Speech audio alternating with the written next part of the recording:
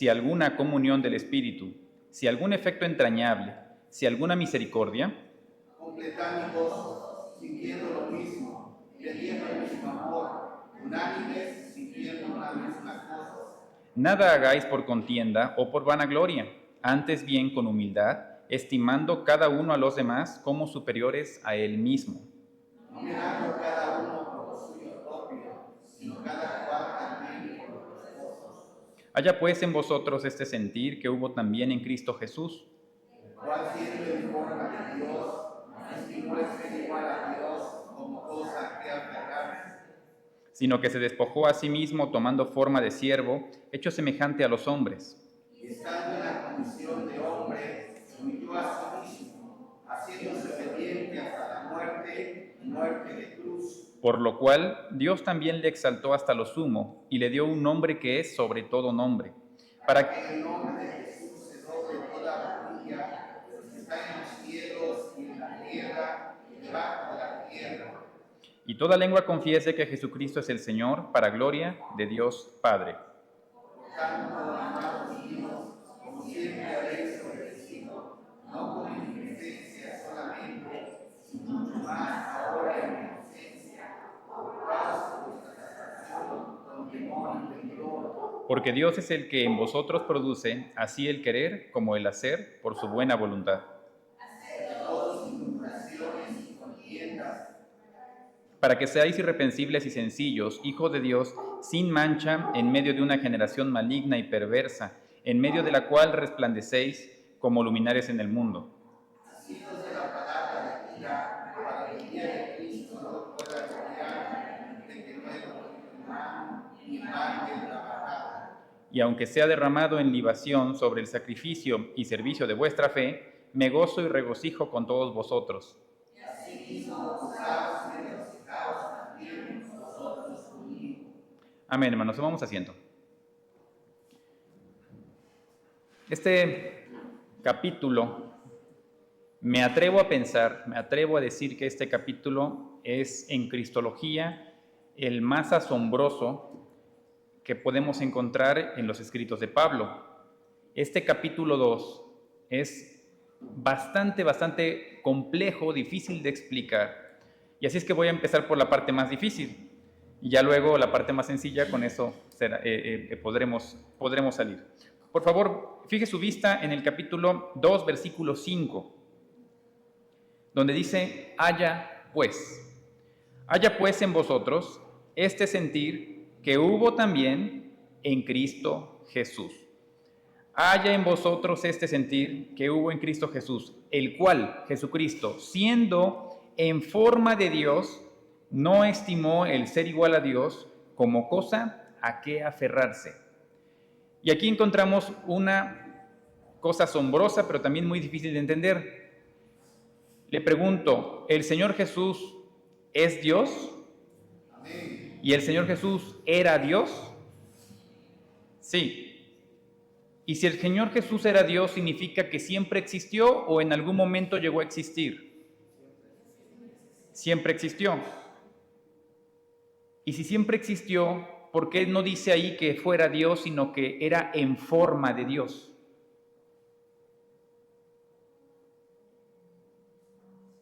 Este pasaje es uno de los que suelen sacar los testigos contra Jehová para atacar a los cristianos y decir, ya ves, lo que pasa es que Jesús no era Dios, Jesús era en forma de Dios, algo que se parece a Dios, pero no era Dios. ¿Y qué decimos nosotros? ¿Qué respondemos? Fíjense cómo no dice, Jesucristo era Dios y vino a ser hombre, no dice eso.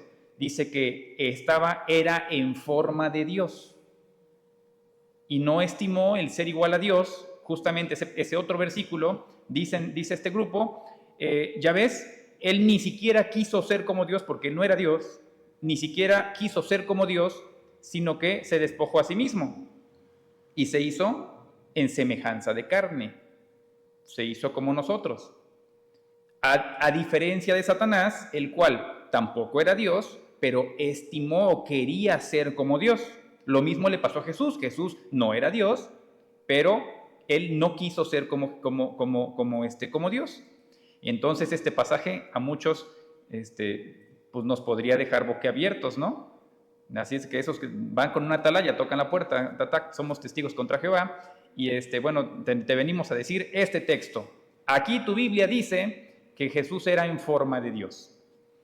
¿Y qué decimos ahí? Este pasaje, les digo, es muy difícil de explicar. Entonces, no me gusta a mí, normalmente no suelo sacar palabras en griego. Hermano, ¿podrías cambiar, por favor? No suelo yo sacar palabras en griego, porque todo pasa cuando sacamos palabras en griego. Ni yo sé griego, y a lo mejor a usted ni le interesa el griego, ni le pasa por acá, o sea, solamente le va a entrar, lo que voy a poner ahí tal vez le entre y tal vez le salga, así es que a muchos les da igual, pero en esta ocasión sí es importante. Mire, resulta que donde dice ahí, siendo en forma de Dios, viene del griego morfé. Siendo en forma de Dios viene del griego morfé. Así es que cuando nosotros escuchamos en español, leemos siendo en forma, nosotros pensamos una figura, como que se estaba figurando como a Dios. Sin embargo, en griego, morfé significa forma, pero de esencia. Es decir, lo que es en forma porque eso es. Ejemplo, usted y yo somos morfé humanos, ¿sí? Yo soy tan morfé humano que mi hermana Elisa, yo soy tan morfé humano que mi hermano Felipe. Les pregunto, ¿somos iguales? ¿Nos parecemos? No, cuando decimos morfé de humanos nos referimos a que nuestra naturaleza es de ser humanos, aunque mujer con hombre pues no somos lo mismo, y aún hombres con hombres somos muy diferentes. Pero la morfé es algo que en esencia nos hace ser lo que somos.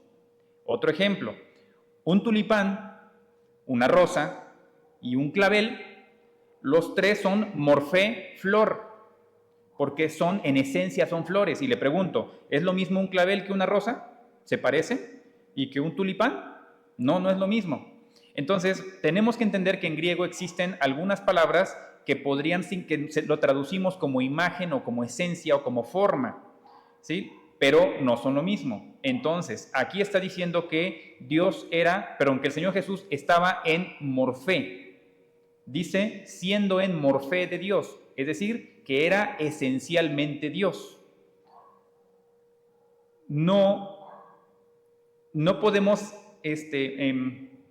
caer solamente con abrir un diccionario y decir, morfé es forma, y forma, bueno, pues significa que no es lo mismo. No. Lo que pasa, repito, es que morfé aquí significa algo que hace que en esencia seamos igual. Por ejemplo, un niño es morfé humano, aunque un niño es muy diferente a un adulto, y un anciano es morfé humano también.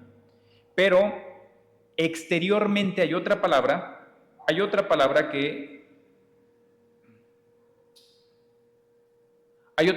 que se utiliza para referirse a lo exterior. Eso es la homoioma. Homoioma también se traduce como imagen o como parecido, como semejante o como forma, y eso es lo que aquí se traduce como semejante. Perdón, tenemos problemas técnicos, no sé a qué se refiere. Voy a moverle aquí, a lo mejor sea esto. ¿No? Ok.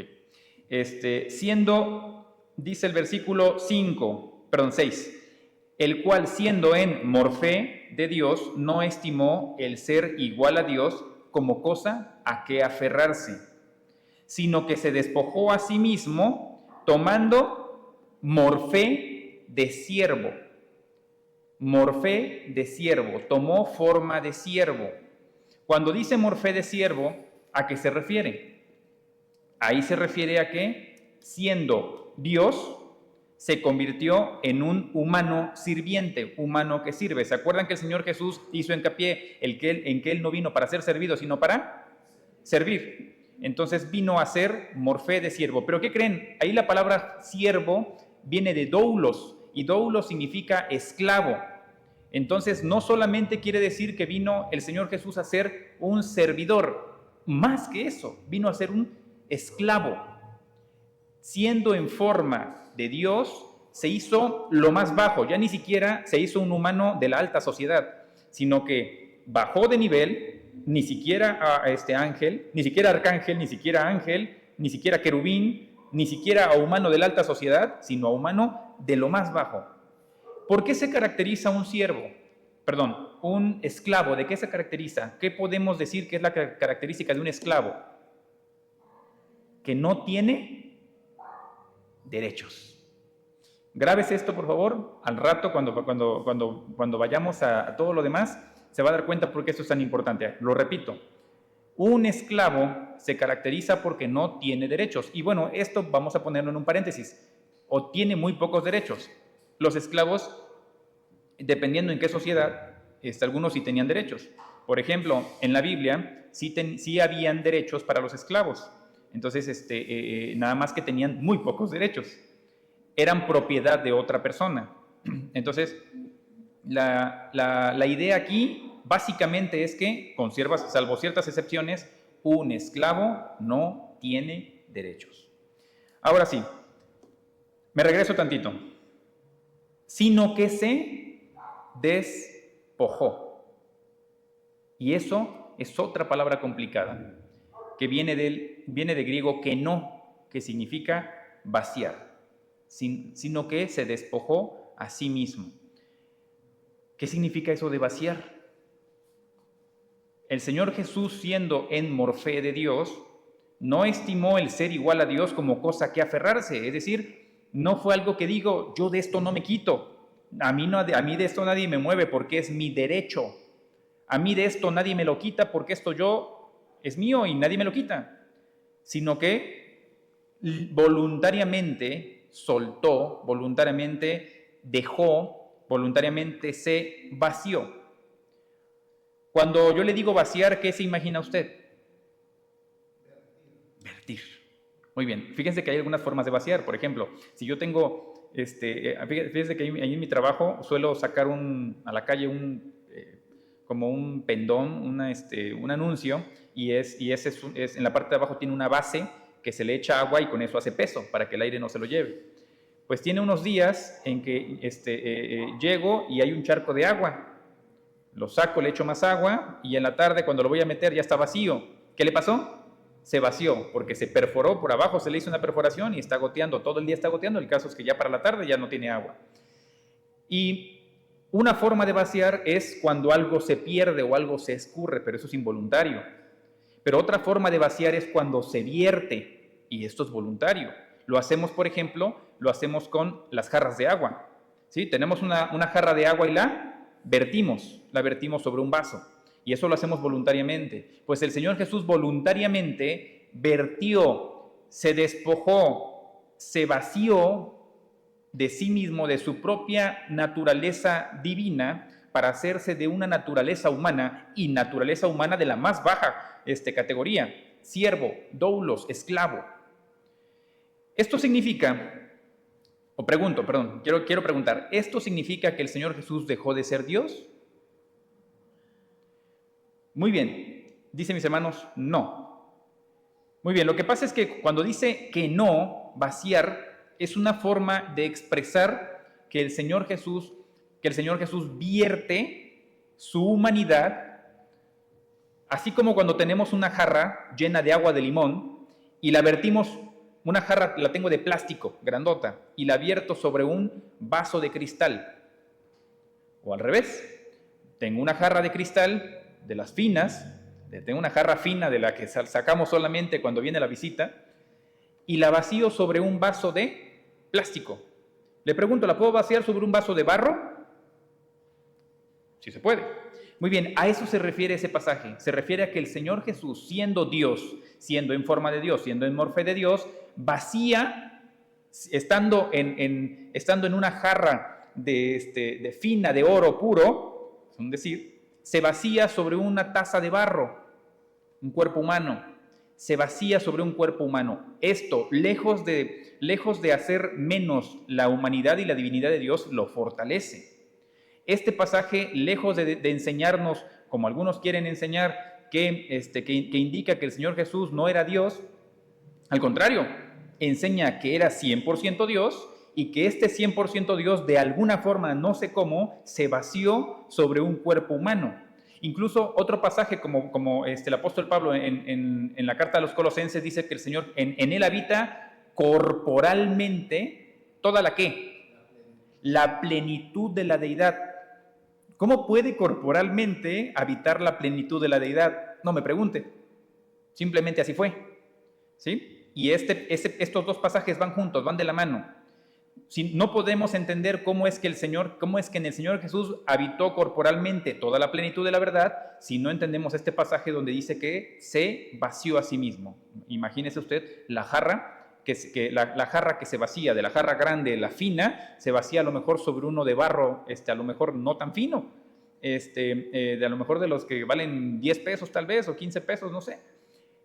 Sin importar qué, lo importante es la sustancia. La sustancia es que Él era y es y será Dios. Entonces, continuamos con este pasaje. Dice, el cual siendo en forma de Dios no estimó ser igual a Dios como cosa que aferrarse, sino que se despojó a sí mismo. Que no, a esto se le llama kenosis o kenosis. La kenosis, que se despoja a sí mismo y viene a habitar tomando morfé de siervo, hecho semejante a los hombres, homoioma. Ahí dice semejante, viene de homoioma, parecido. Entonces le pregunto, ¿el Señor Jesús fue humano o fue parecido a humano? Pero ahí dice que fue homoioma, que fue semejante, parecido a humano. Dice, hecho semejante a los hombres. Bueno, ¿qué podríamos decir ahí? ¿Fue hombre o fue semejante a hombre? ¿Fue hombre, hermano, o fue semejante a hombre? Fue hombre. Y si fue hombre, ¿qué texto, cómo podemos explicar o qué otro texto podemos dar para entender que fue? Verso 8, y estando en la condición de hombre. Exacto. Ahí más adelante utiliza la palabra schema y eso se traduce como condición. ¿Y qué cree? La palabra griega schema también significa apariencia externa. Nada más que cuando nosotros escuchamos apariencia externa, nosotros pensamos que es algo falso. Nosotros pensamos que la apariencia externa es algo como que trata de mentir o trata de falsear. Fíjense que hace, no sé, como un mes creo, o 2 meses, viajé con mi mamá a Tlaxcala y ahí había una señora que estaba vendiendo flores. Era una señora que se vendía por su ropa y por su figura, se veía como indígena. Y llevaba una carretilla con muchas flores. Ya ven, les ha tocado ver que llevan tulipanes y que llevan muchas flores exóticas. Y se acercó mi mamá y preguntó, ¿cuánto cuesta esa flor? Y dice, 450. Y mi mamá voltea a ver, me dice, estas valen 650. La compro, pensando en que ganó, ¿no? Aquí le gano. Y todavía le pregunta, la clásica pregunta que toda señora tiene que hacerle a una señora ahí. ¿Cuál es la pregunta obligada que se le tiene que hacer? ¿Cuánto es lo menos? Sí, porque en Chedraui no lo hacemos, ¿verdad? En Soriana no lo hacemos, solamente a ellas. ¿Cuánto es lo menos? Dice, 400, llévesela. Excelente, gozosa, ya, aquí gané, aquí ya la hice. Ahorita regreso, voy por unas cositas y regreso. Bueno, vamos, regresamos. Y cuando regresamos, dice, ¿me la llevo, señora? Claro que sí. Se me ocurre acercarme y tocarla, ¿y qué cree? Era de plástico. Era de plástico. Y yo le digo, pero es de plástico. Dice, señora, ¿es de plástico? Dice, ah, sí, es de plástico. ¿Quiere naturales? También tengo naturales y son de otro precio. Bueno, lo que pasa es que cuando nosotros pensamos en apariencia externa, pensamos en eso, pensamos en engaño. Sin embargo, la palabra schema se refiere a algo que externamente es así porque así es. ¿Sí? Por ejemplo, vamos al mismo ejemplo. El hermano Felipe, un servidor, y mi hermana Elisa, ¿somos morfé humanos? Sí, pero schema, ¿somos externamente iguales? Ahora, ¿mi hermana es schema mujer? ¿Yo soy schema hombre? ¿Es schema hombre? Sí, ok. Pero con eso no quiero decir que le estoy engañando de que soy hombre, que está engañando de que soy hombre, que estoy engañando de que es mujer. No, simplemente es que internamente lo que somos, independientemente de nuestro exterior, lo que somos es que somos humanos. Pero externamente tenemos apariencia, pero cuando decimos apariencia no es de apariencia de mentira, sino que parecemos ser hombres porque eso soy, y parece ser mujer porque eso es. Y un niño tiene morfeo humano, pero tiene esquema de niño, porque es niño, porque tiene su apariencia o sus condiciones o sus características externas de ser niño. Lo mismo pasa aquí. Cuando dice estando en la condición de hombre, se refiere a que no es que fuera un holograma que externamente nada más aparentó ser hombre, sino que eso es lo que vimos porque era hombre. Y hay otros pasajes, por ejemplo, Hebreos 2:14, si alguien quiere leerlo, pero de todos modos lo leo yo.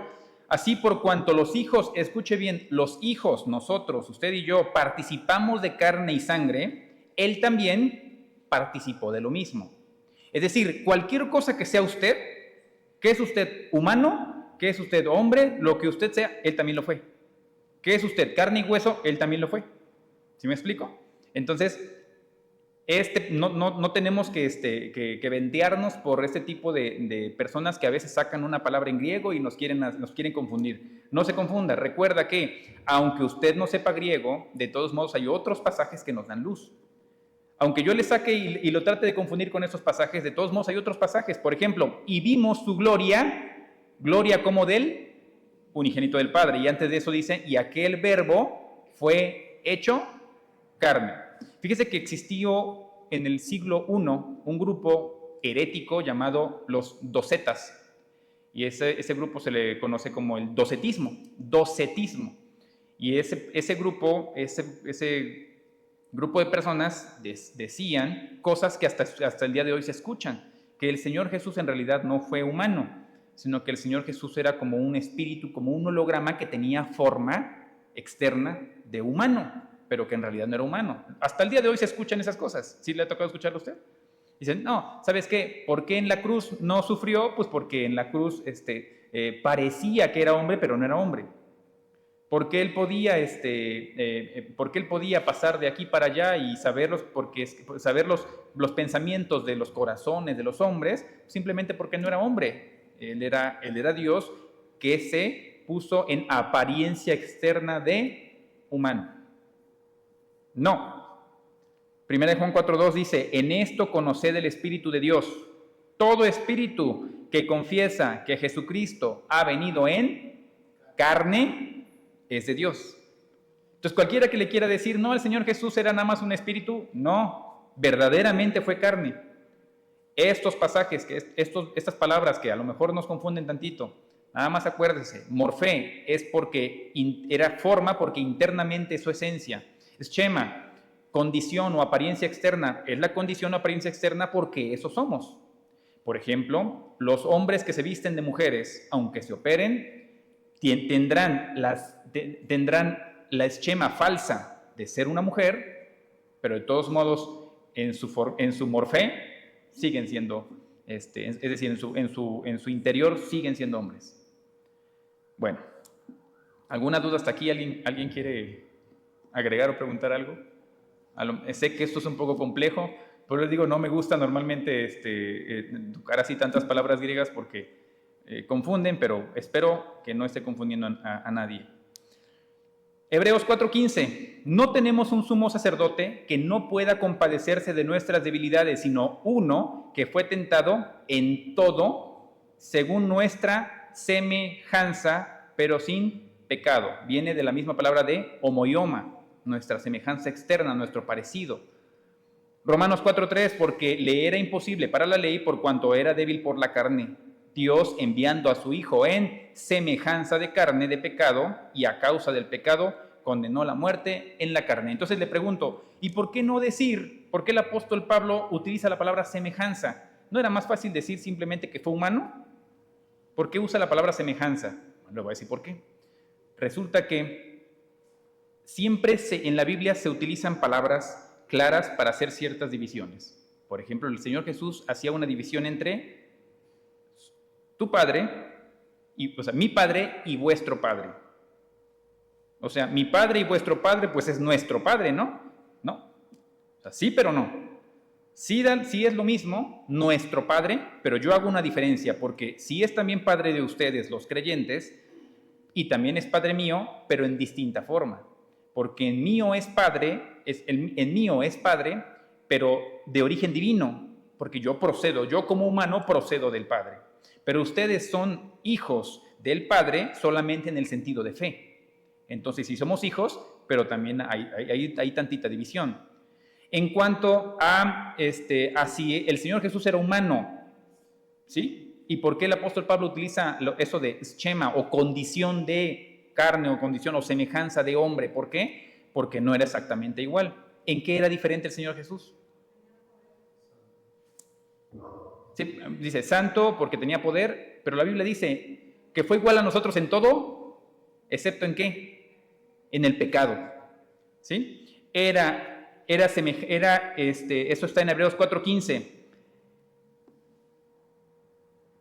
En todo, según nuestra semejanza, pero sin pecado. Entonces, sí, somos iguales, sí es hombre, pero hace una cierta división para aclarar, sí es hombre, pero no igual, no exactamente igual en todo. ¿En qué no es igual? En el pecado. En eso no es igual. Muy bien, ahora sí, ya habiendo pasado la parte difícil y habiendo pasado la primera media hora, entonces ahora vamos a la segunda parte. Que la segunda parte es difícil, no teológicamente, es difícil ya de vida diaria. Fíjense que hay personas que les gusta mucho la teología, me incluyo, y hay personas a las que no les gusta la teología, dicen, ay, ¿para qué tanto rascarle ahí? Mejor dime cosas que para mi vida diaria. Pues, ¿qué cree? Hay para todos. Hoy vamos a ver algo que tal vez no nos va a agradar tanto. No, tal vez no. No, a nuestra carne no le va a agradar nada. Y dice así: por tanto, amados míos, como siempre habéis obedecido, no como en mi presencia solamente, sino mucho más ahora en mi ausencia, ocupaos en vuestra salvación con temor y temblor. Fíjense que me acuerdo que mi papá y mi abuela me contaban que el pastor de su iglesia, de sus tiempos, era muy dado de ir a visitar sin previo aviso. Que llegaba nada más, que llegaba a una casa, tocaba la puerta y se llegaba, no le importaba si estuvieran trabajando, tuvieran cosas que hacer, no me importa, vengo y me siento y a platicar y a aconsejar y así. Y dice, me contaba mi abuelita que a veces pues estaban peleando o tenían música pagana, o sea, lo que sea, estuvieran escuchando. Y de lejos veían al pastor, el pastor, córrele, apágale eso, y se ponían a apagarle, ahora sí, ya estaban peleando, estaban gritando, estaban diciendo majaderías, lo que fuera que estuvieran diciendo, ya así todos tranquilitos, abre la Biblia, pon la Biblia ahí en el centro, así, para que vea como que oramos, ¿no? Y ya, llega el pastor, claro que sí, pásele usted, pastor. Le pregunto, ¿cree usted que tenemos que cuidarnos del pastor? Cuídese de Dios. ¿Del pastor de qué? ¿El pastor qué? El pastor lo más que podrá decir es aconsejarnos, lo más que podrá hacer es, y esto a veces pasa como con los hijos, ¿no? Como con los hijos, a veces viene alguien y nos dice, hermano o hermana, su hijo se portó mal, fíjese que hizo esto. El papá que el papá que conoce a sus hijos dice, ese es mi hijo, yo lo conozco, eso que me acaba de decir, ese sí es mi hijo. Y el hermano o la persona que solamente quiere solapar al hijo, no, ¿cómo cree? Mi hijo es incapaz de hacer eso. No, seguro está mal usted. ¿Sí? Entonces lo mismo pasa con el pastor. Llega y ve al que nunca viene, al que cuando viene nada más viene los domingos en la mañana, y llega y está escuchando música del mundo, ¿usted cree que se sorprende? Pues no esperaba otra cosa. No esperaba más. ¿Sí? Llega y la hermana está mal vestida, es decir, está enseñando de más, pero pues en el templo tampoco venía muy así, muy recatada. No creo que me sorprende. Ya he visto tantas cosas que esto no me sorprende. Me atrevo a pensar que a lo mejor eso puede pensar un pastor. Por eso el apóstol Pablo dice, amados míos, ustedes que siempre son obedientes, cuídense, ocúpense de su salvación con temor y temblor, no por mí, no tanto en mi presencia, sino ahora en mi ausencia, ocúpense en su salvación. La esperanza de todo padre, cuando tiene un niño chiquito, es tal vez llegar a grande, llegar a adulto y decirle a sus hijos, ya hijo, ya te mantienes tú solo. Y a lo mejor hay papás sobreprotectores que quisieran que siempre el hijo esté en la casa o esté bajo el regazo de la madre, tal vez quisieran eso, pero siendo sinceros es un buen sabor de boca, a lo mejor como padre, saber que mi hijo ahora ya trabaja y se mantiene solo, y que mi hijo ahora ya, ya no solamente se mantiene solo, sino que también mantiene a su familia, es un orgullo. Más ahora que dan los 30, 35 años y ahí sigue el hijo todavía manteniéndose en mi casa. Este es el mismo gozo que tiene un pastor, aquí el apóstol Pablo hablando como pastor, sabiendo que sus hijos, espiritualmente hablando, es decir, la congregación, sabiendo que sus hijos espirituales o que la congregación se comportan como cristianos dentro de la iglesia, fuera de la iglesia, en la ausencia del pastor y en la presencia del pastor. Ese es el mayor gozo que podría tener un pastor con su feligresía, sabiendo que esta feligresía ya camina sola, sabiendo que estos, si no estoy, no se echan al barranco porque no tienen pastor, ¿no? Sino que sabiendo que ellos, lejos de estar buscando lechita espiritual que les estén dando, ellos son ya gente que busca no solamente la vianda, sino que sabe alimentar a otros.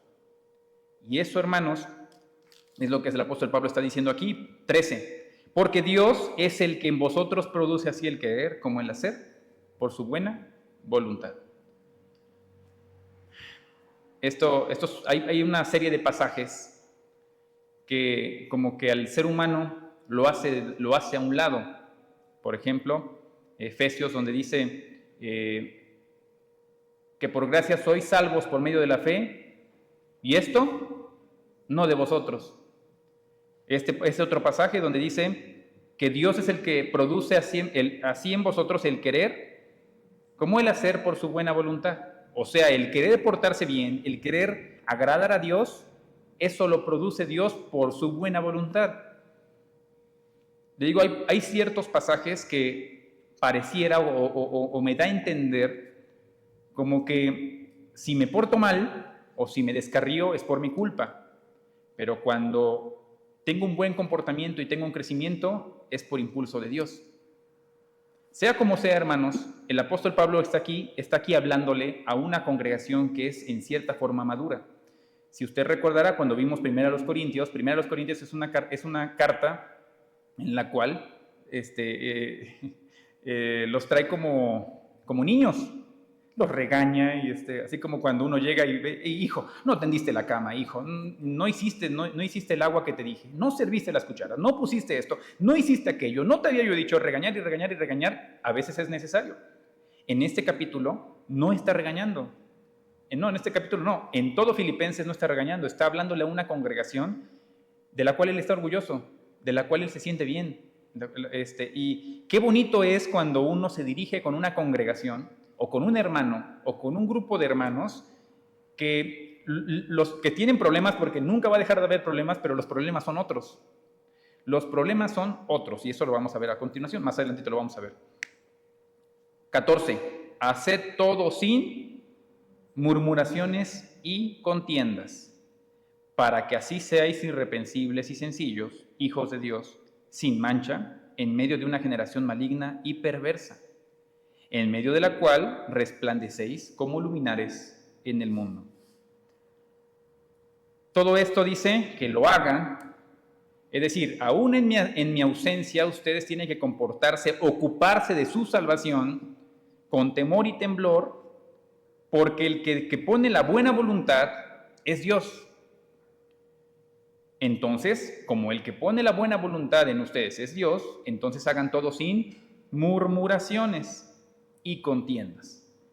Murmuraciones y contiendas. Murmuraciones, pues ya sabe usted que murmurar es estar hablando, es estar, no estoy de acuerdo, oye, de aquí ando buscando a ver quién de estos será igual que yo, en desacuerdo con.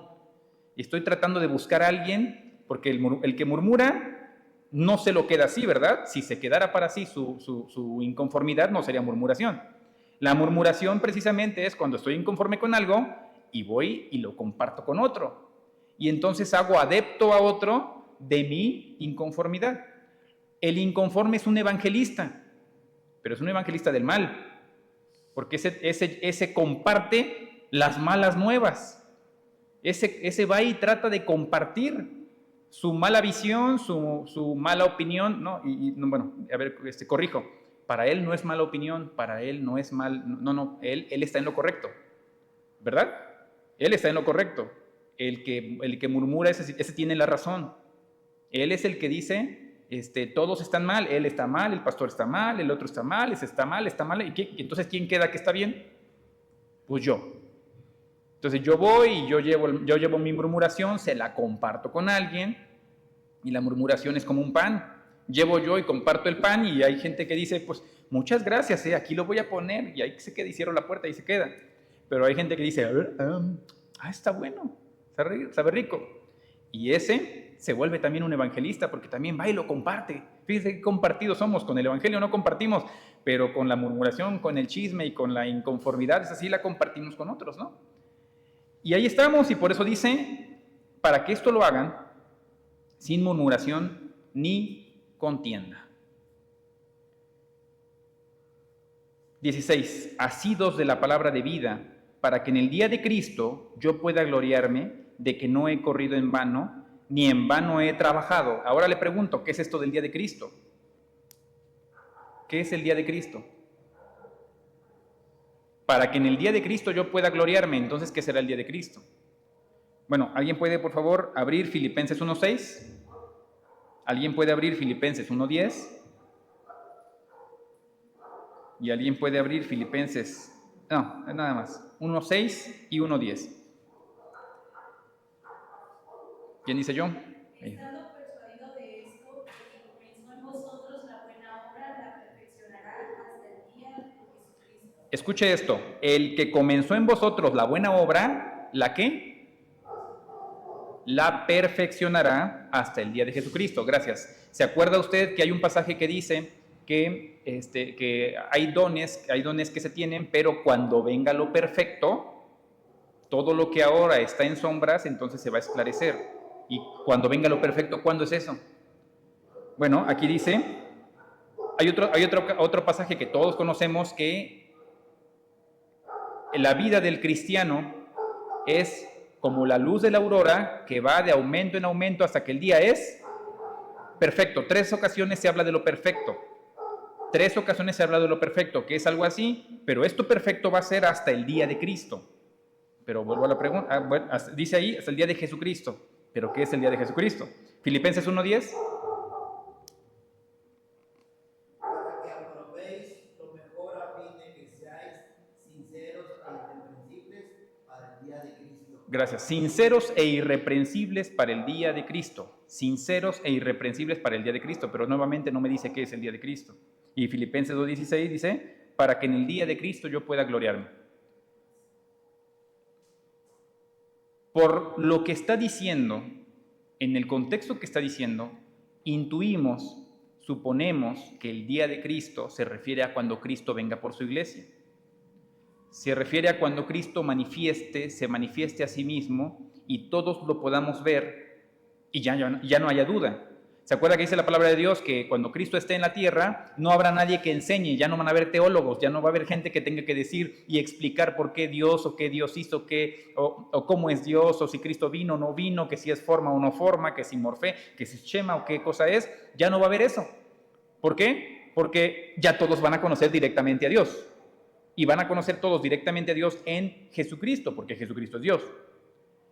Pero aquí dice el apóstol Pablo que nosotros estamos asidos, tomados de la palabra de vida, para que en el día de Cristo, también suponemos que el día de Cristo es cuando Cristo venga, porque sabemos que cuando Cristo venga por su iglesia, posteriormente vendrá lo que se llama el tribunal de Cristo.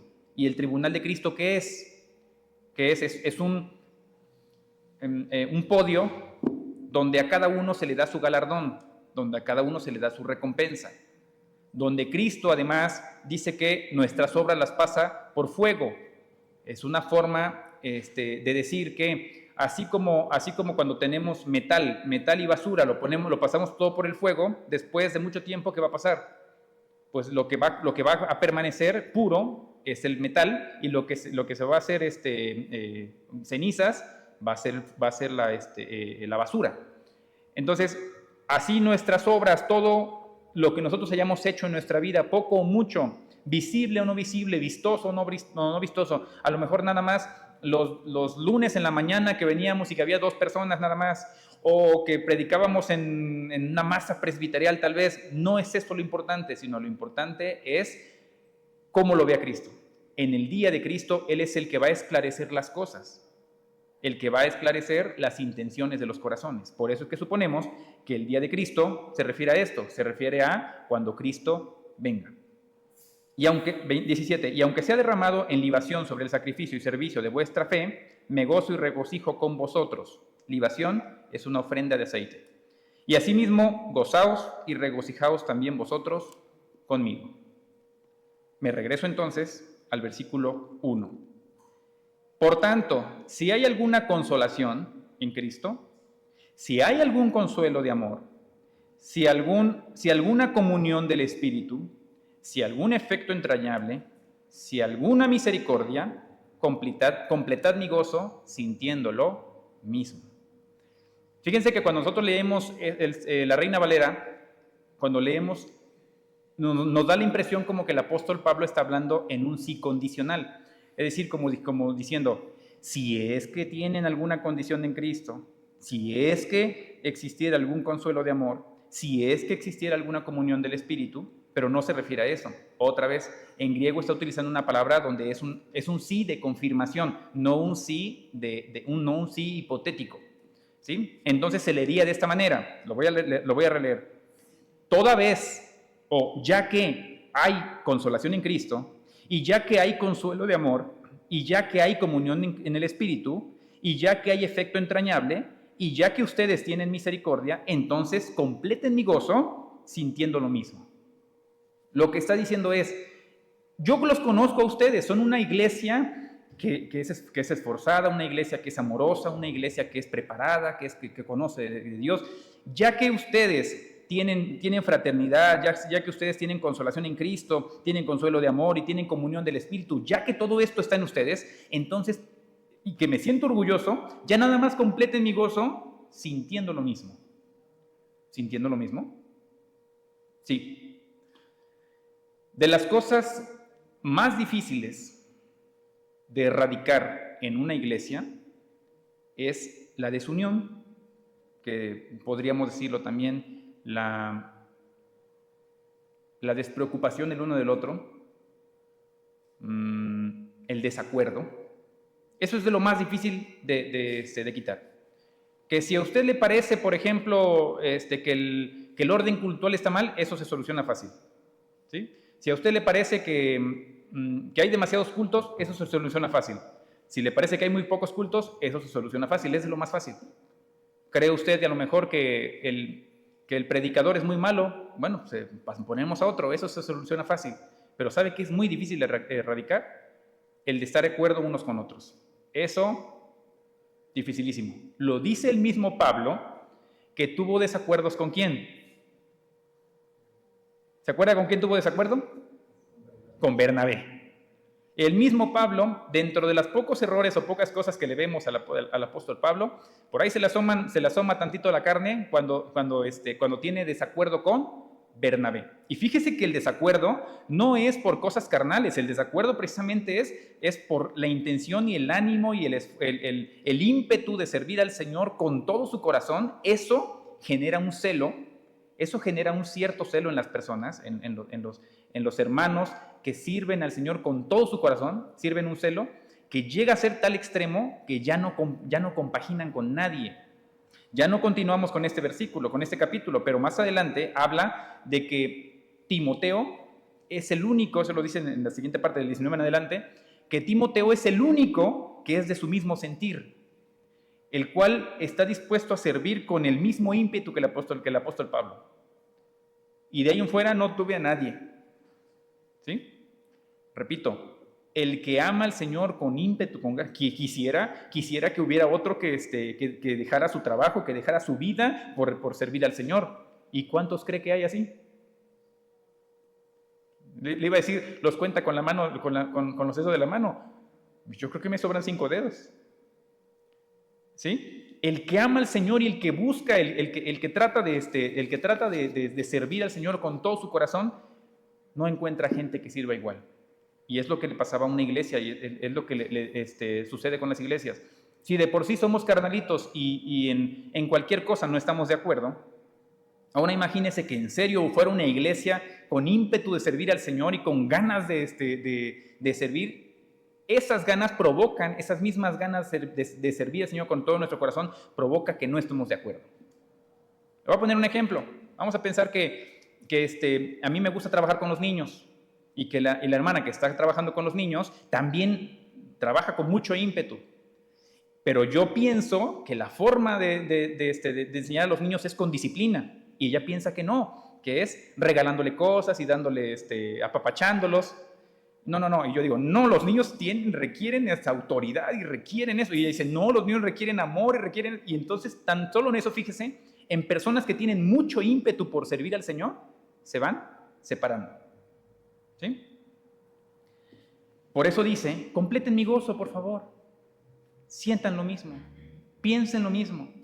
Como le dijo en otra ocasión, Evodia y Sintique, 2 mujeres que entre ellas se entiende que traían pique o algo pasaba entre ellas, pero le dice, por favor, Evodia y Sintique, bájenle, tranquilícense, llévense bien. Hermanos filipenses, hermanos príncipe de paz, llévense bien, sientan lo mismo, completen mi gozo, ya que ustedes son bien espirituales, ya nada más completen mi gozo tratando de estar, es lo único que les falta nada más estar en comunión ustedes, llevarse bien, completar su gozo, entender, ponerse de acuerdo. Unánimes, sintiendo una misma cosa. Versículo 3. Nada hagáis por contienda. Y eso es lo mismo que estaba diciendo en el 14, que las cosas se hagan sin murmuraciones y sin contiendas. ¿Qué significa eso de hacer algo por contienda o por vanagloria? ¿Sabe qué es contienda? Contienda es cuando quiero llevar la contra.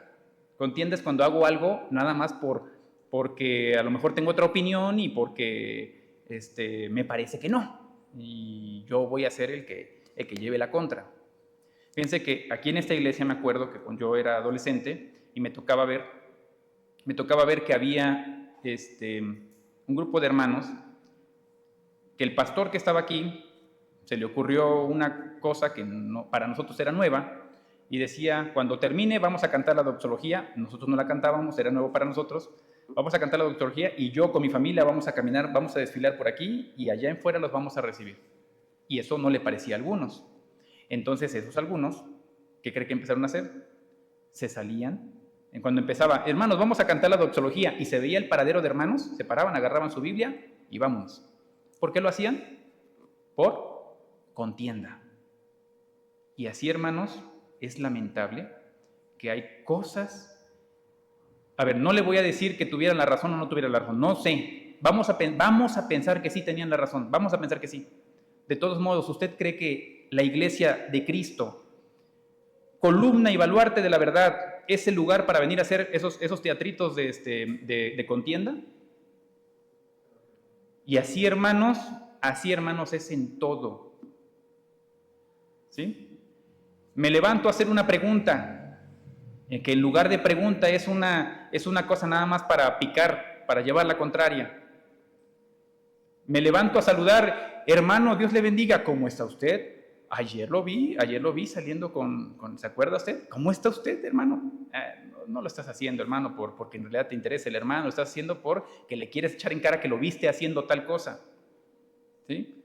Hay un grupo de hermanos, hay un grupo, una corriente nueva, que dicen, no vamos a levantar la mano en el Salmo 23. Ok, está bien, no lo hagas. ¿Sí? ¿Y te parece que es el lugar adecuado a la iglesia para estar llevando la contienda de levantar o no levantar la mano? ¿Qué dice la palabra de Dios? No se hace escándalo para la iglesia de Cristo. ¿Por qué? Porque si hay otros allá que están nada más, igual otros con murmuraciones, ¿no? Mira aquel, no levanta, mira, no levanta. Y nada más está viendo aquel que lo que hace, los dos están mal. Uno por venir nada más a fijarse qué es lo que está haciendo el otro o lo que no hace el otro, y el otro porque aunque sabe que al otro le afecta, no me importa, me lo llevo también. Esto es como cuando tenemos hijos y sabemos que un hijo es chillón y el otro es molón. ¿Qué decimos? Hijo, deja de estar chillando. Hijo, deja de estar moliendo a tu hermano, por favor. Hermanos, sintamos lo mismo. Cosas tan sencillas que no voy, que yo no coopero. Yo no coopero porque no estoy de acuerdo en cómo van a ser. Perdón el ejemplo, no tengo nada en contra de la escuela bíblica. No estoy de acuerdo en cómo se hace la escuela bíblica, no coopero. Está bien, no cooperes. Oye, ¿y qué crees? Tampoco me gusta cómo viste el pastor, no le coopero tampoco, no le doy diezmo. Tú has de creer que el diezmo es algo que tú condicionas dar porque si se hacen bien las cosas bien y si no se hacen bien las cosas no lo da. Y no me agrada cómo se está limpiando aquí, así es que yo no coopero para el cloro. Le dieron están juntando para una despensa y le dieron a aquel hermano que ese no necesita, yo no vuelvo a dar para la despensa. Nada hagáis por contienda o por vanagloria. ¿Y sabe por qué? No mirando cada uno por lo suyo propio, sino cada cual también por lo de los otros. Hace rato le dije, grabes esto y que vamos a volver a esto. Fíjese cómo dice aquí, no mirando cada uno por lo suyo propio, sino cada cual también por lo de los otros. El día en que el cristiano deje de estar pensando en sus derechos y piense en los demás, ese día, hermanos, ya estaremos con Cristo a lo mejor. No, hermano, en serio, lo que necesitamos es dejar de estar pensando en nosotros mismos y pensar en los demás. En otro pasaje dice que considera a los demás como superiores a ti mismo. Considera a los demás como superiores a ti mismo. El apóstol Pablo, cuando le preguntaban acerca de el comer carne o no comer carne, ¿saben qué decía? Mira, si el comer carne les ocasiona a mi hermano, prefiero no comer carne jamás. Imagínense si por comer carne, que es algo que es mi derecho, si yo trabajo, pues a mí me gusta un buen filete, es mi derecho comerme un pedazo de carne, pero resulta que estamos en un contexto en el cual a aquel hermano que es débil en la fe le parece que comer carne, le parece que eso es malo, pues prefiero yo limitarme mis derechos y limitarme mis libertades por amor a mis hermanos. ¿Y sabe qué, hermano? Esto aplica para toda nuestra vida. En una ocasión platicaba yo con un joven o con los jóvenes, y les decía, hermanos, ¿verdad que cuando trajeron su tamborcito, su caja peruana, ¿verdad que ustedes sabían que había hermanos que les molesta o que les afecta? ¿Verdad que sí? Sí. ¿Y te parece que el culto cristiano es para venir a hacer lo que tú quieres, porque tú quieres nada más, a pesar de que te estás trayendo a otro hermano? ¿Sí? Hermano, ¿a dónde vas tú? No, pues yo voy a tal lado porque es mi derecho y porque yo hago... Y hermano, ¿y cómo vistes tú? Ah, pues yo voy a vestir como yo quiera. ¿Y cómo te peinas tú? Pues yo me voy a peinar como yo quiera. ¿A mí qué? A mí, los demás que no les importe porque ellos tienen que ser maduros. No, la madurez no se fija en los demás, la madurez se fija en ti mismo, hermano. ¿Y sabes cómo se fija, cómo sabemos que un cristiano es maduro? Porque es capaz de limitar su libertad. ¿Por qué? Porque no reclama sus propios derechos. Y le dije hace rato, vamos a volver a esto. El Señor Jesús fue en morfé de siervo, de la palabra doulos, significa, le pregunté, ¿en qué se caracteriza un doulos, un siervo, un esclavo, en qué se caracteriza? Y usted me dijo, en que no tiene derechos. Exactamente, hermano, eso es. El día que usted deje de estar pensando en sus derechos, ese día su vida cambiará. Porque si es esposa, está pensando en sus derechos de que a mí me tiene que dar, a mí me tiene que, a mí me tiene que que traer me tiene que dar, yo no tengo por qué hacer esto, porque para él, porque yo no tengo por qué hacerle esto a mis hijos, que ellos que se mantengan, ellos que hagan ellos, porque yo, y a mí denme y yo. Y el varón llega y dice, no, pues yo traigo el dinero y a mí que me sirvan, y a mí que me den, y a mí que me hagan, a mí que me respeten, porque yo soy aquí el que manda. Pero el día en que nosotros voltemos ese cassette y en lugar de estarlo viendo así, veamos, ¿qué puedo yo hacer en vez de mis derechos? Varones, vamos a pensar entonces un sábado y decir, toda la semana mi esposa está limpiando, no es mi obligación, pero yo lo voy a hacer por amor. Yo tengo el derecho de que me sirvan de comer, pero el día de hoy yo voy a llegar y yo voy a llegar y servirle a mi esposa. Y la esposa entonces, la que trabaja, va a decir, pues yo toda la vida he juntado mi dinero y yo digo que es para mí, ¿verdad? Y me lo gasto y yo no entrego cuentas, pero yo hago a un lado mi libertad y ahora digo, ten, aquí está, varón, administralo. Porque soy capaz de hacer a un lado mi derecho, no reclamar mi derecho para poder ofrecer ese derecho en bien de otros. Cuando entonces los hijos hagan a un lado su derecho de recibir y de recibir y de recibir y que también den a los papás. Porque lo primero que hacemos como hijos cuando ya tenemos nuestro sueldo, ¿qué es lo primero que hacemos? Pues gastarlo en nosotros, ¿no? Nos lo echamos en un celularzote, ahí ahora sí ya, siempre anduvimos con celulares chiquitos, ahora traemos un azulejo, ¿no? Ya, vámonos para acá, para mí. Y mi mamá, pues ahí ella sabrá, ella trabaja, ¿no? Y mi papá, bueno, pues él tiene. Y cuando nosotros, lejos de estar viendo que el pastor que no hace, que no me visita, que no esto, y yo le doy la vuelta al cassette y digo, yo visito, yo comparto, yo doy, yo veo, hermano, las cosas se solucionaron. Por eso dice el apóstol Pablo, pues completen mi gozo, ya nada más esto les falta. Pero esto me falta, hermano, algo tan grande que no podemos hacerlo por nuestras propias fuerzas.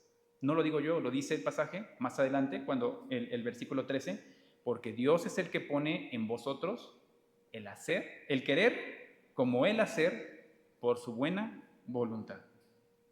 A veces nosotros no tenemos la buena voluntad de hacer nada bueno, ni de hacer a un lado nuestros derechos, ni de limitarme en mi vestimenta, ni de limitarme en las cosas que me puedo poner. A lo mejor quiero ponerme todas las joyas encima, quiero ponerme todo, no tengo para cooperar, no tengo para darle a otros, pero sí tengo para tener un zapaterío así de un montón de colores y de todo, tengo lleno de zapatos, pero no puedo dar nunca para nadie, ¿verdad? O sea, nunca tengo para otros, pero sí tengo para mí. Nunca tengo yo tiempo para poder enseñar, para poder visitar, nunca tengo tiempo para nada de eso. Cuando yo empiece a quitar mis derechos y empiece a pensar, despojarme a mí mismo como Cristo, entonces, hermanos, habremos alcanzado la estatura del varón perfecto. Por eso es que les digo que a lo mejor eso sea hasta que Cristo venga. Pero de todos modos, ese es nuestro ideal. Por eso el apóstol Pablo, en todo esto que comenta, del versículo 1 al versículo 4 y del 12 en adelante, todo esto lo resume en algo central. Esto lo debemos hacer nosotros por imitación. ¿Imitando a quién? A Cristo, quien no estimó el ser igual a Dios como cosa que aferrarse, sino que se despojó, se vació, se vertió, estuvo dispuesto a hacerse menos, en el sentido de que estaba en morfé de Dios y se hizo condición de hombre. Estuvo dispuesto a hacerse menos por amor a usted y por amor a mí. Padre, muchas gracias te damos, Señor, porque nos permites abrir tu palabra, Señor, en este capítulo 2 de Efesios. Gracias, Dios mío, por tu misericordia, Señor. Gracias, Padre, gracias, Señor, porque tú nos enseñas cosas que son difíciles, Padre, de entender intelectualmente, Señor, pero